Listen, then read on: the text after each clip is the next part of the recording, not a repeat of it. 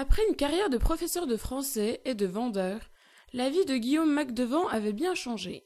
En quelques années, il était devenu PDG de son entreprise Macdevant Industrie.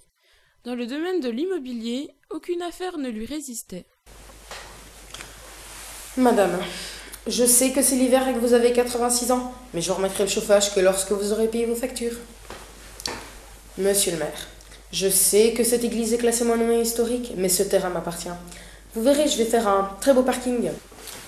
Je comprends que ça vous pose un problème, que le toit de votre maison s'effondre, mais vous avez déjà payé. C'est trop tard. Oui, aucune affaire ne résistait à Guillaume Macdevant, à l'exception d'une seule. Monsieur Macdevant, vous voulez me voir? Il y a un problème? Oui, il y a un problème. Vous vivez dans une maison à 5 millions d'euros. Oh, vous n'allez pas remettre ça. Jusqu'ici, vous pouvez payer le loyer avec l'argent du divorce. Mais maintenant, vous n'avez plus rien. Ne parlez pas du divorce ni de Carlos. Ça fait 5 ans qu'il est parti. Justement, Carlos n'est plus là pour payer le loyer maintenant. Si vous ne trouvez pas l'argent, je vous laisse 2 jours pour quitter les lieux. Arrêtez de faire croire qu'il vous suffirait d'un claquement de doigts pour que je parte d'ici. Je ne suis pas n'importe qui. En fait, je n'aurai même pas besoin de claquer des doigts. Si vous êtes dans cette maison à l'heure actuelle, c'est uniquement parce que votre ex-mari est un ami.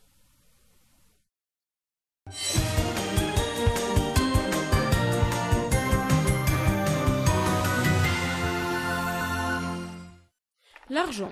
Certains vous diront qu'il ne fait pas le bonheur, d'autres si. Pour Clémence Bollen, aujourd'hui, l'argent représentait surtout une nouvelle maison. Ah, Clémence Bollen. Bienvenue à Bergerac Lanes. Vous verrez, c'est un quartier calme et tranquille. Ça a l'air très joli. Je me permets de prendre le chèque et je vous présente Juliette Mayer. Enchantée. Bonjour. Qui sera votre colocataire. Ma colocataire, mais comment ça? Oh, je ne vous l'ai pas dit, quel imbécile je suis. C'était vraiment pas volontaire.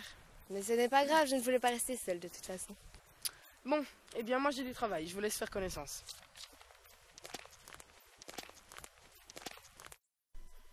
Julia Mayfer et Carlos Solis avaient toujours été de très bons amis, à tel point qu'un matin, Carlos décida de quitter Victoria pour se marier avec Julia.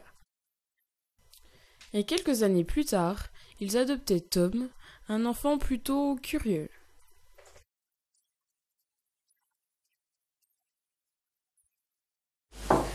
Alors, comment on fait les bébés?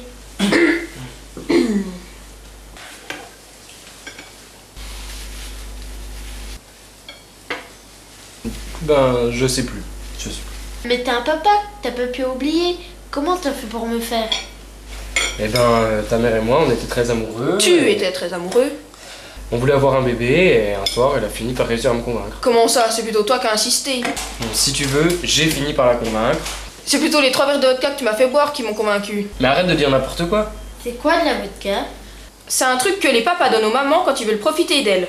Mais tu vas me laisser finir ou pas là? Mais tu lui dis n'importe quoi aussi. Mais t'as qu'à lui raconter, toi. Bah moi au moins je lui dirai la vérité. Ça suffit, est-ce que vous allez me dire comment on fait les bébés, oui ou non? Tom, t'es né dans un chou-fleur comme tous les autres enfants. Ben moi qui croyais qu'il fallait faire l'amour pour faire un enfant. Non, non, sincèrement, le quartier est magnifique. En plus, vous verrez, vos voisins sont très sympas. Oui, oui, Juliette m'a dit que le quartier était tranquille. Ah tiens, Clémence, Victoria Solis, votre voisine, enfin, pas pour longtemps parce que je vais bientôt l'expulser. Enchantée. De même. On s'est pas déjà vu quelque part? Non, je pense pas, je viens de loin. Pourtant, votre visage m'est vraiment familier. Vous êtes sûr? Vous devez confondre. C'est fort possible. Au revoir, à la prochaine.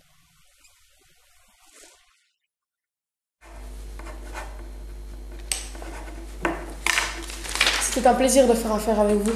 Merci. Oui, allô? Carlos, c'est Victoria. J'ai besoin de te voir. Ramène-toi tout de suite chez moi. Victoria, je bosse. Je te laisse 3 minutes pour arriver. J'arrive. Veuillez m'excuser, Votre ex-femme. malheureusement. Merci d'être venu aussi vite. Qu'est-ce que vous voulez me dire? Tu sais, tu m'as vraiment fait beaucoup de mal ces dernières années, Carlos. C'est bon, dis-moi ce que tu veux. En fait, j'aurais besoin d'argent pour rester ici. Et tu crois que je vais payer ton loyer? Écoute, t'es parti avec ma voisine, qui se trouvait être ma meilleure amie.